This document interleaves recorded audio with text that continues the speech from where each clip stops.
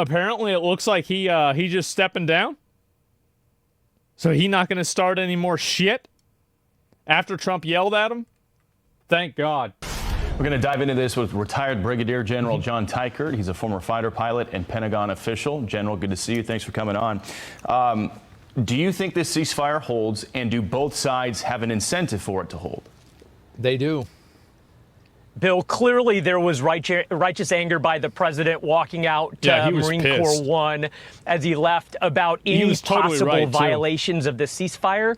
I think he sees, like we all should see, that in the last 2 weeks, Israel has set back Iran in multiple ways, and it is in their best interest and American best interest to allow this ceasefire to hold, and especially when you consider the Iranian incentives here, that with Israel having air superiority or the Iran has everything to gain with this. They really do. I mean, all they have to do is stop being crazy, stop funding terrorism, and we can trade with them, we can work with them, and like everything can improve. Literally everything can be better. There's no reason this has to even happen. Ability to strike any target at good any luck time. with that. I know it sounds so. Just stop being crazy, and they just won't stop. That like they do not have any. Yeah, and I think that's what's happened. I mean, like we've achieved that level of diplomacy with other countries in the Middle East right now. I think that we have. I don't think that it's impossible for us to do it with Iran, but Iran is definitely the last boss. For sure they are. Reason for this war to continue.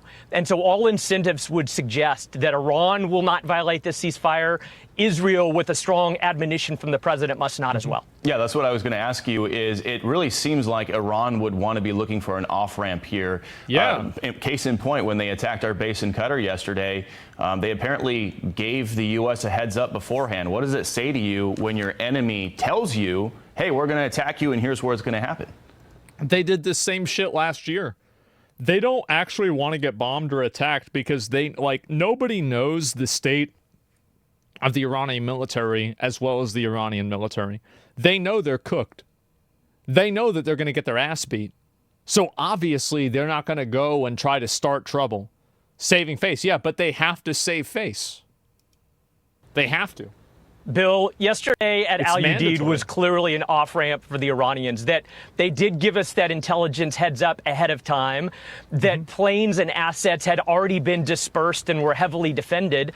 And frankly, they attacked the most defended location in the middle of the Arabian Gulf, which tells me they were doing something to save face and very quickly accepted that off-ramp to the ceasefire last night. Yeah, they probably knew all those missiles were going to be intercepted or shot down.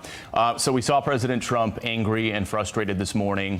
After he made those comments, after he dropped the F-bomb, he apparently had a call. World War III warmongers? I said that shit wasn't going to happen. Yeah, again, I've been right about everything. Yeah, I mean, it's not anything new, but it's just happening again. With Benjamin Netanyahu in Israel, and Netanyahu's office released a statement after that phone call. If we can read part of that, it says, quote, following President Trump's conversation with Prime Minister Netanyahu, Israel refrained from further attacks. In the fucking done. Thank fucking God. Yep. Refrain from further attacks. In the conversation, President Trump expressed his immense appreciation for Israel, which achieved all of its war goals. The president also expressed his confidence in the stability of the ceasefire. So, General, President Trump is clearly trying to walk a tightrope here. He really wants this ceasefire to hold. It's actually crazy.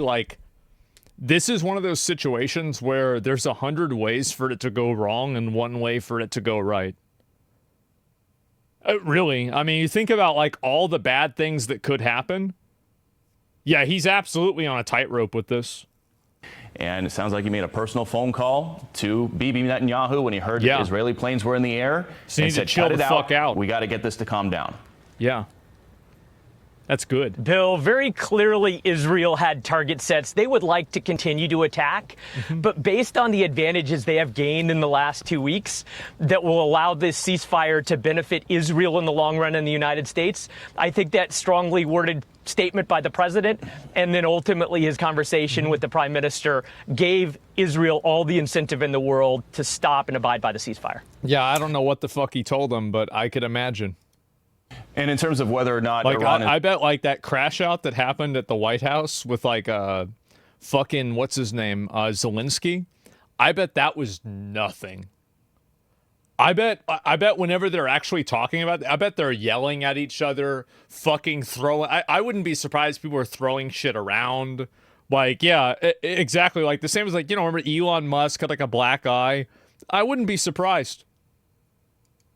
Is going to violate the ceasefire. Take a listen to what U.S. Ambassador to Israel Mike Huckabee said on Fox News last night. We'll get your thoughts on the other side. I don't think so. I do. If Iran thinks that they can violate the ceasefire, if they can go ahead and just keep doing what they've been doing and building a nuclear weapon, they'll find out that with President Trump, he's not playing. For a long time, we've been saying, pray for the peace of Jerusalem.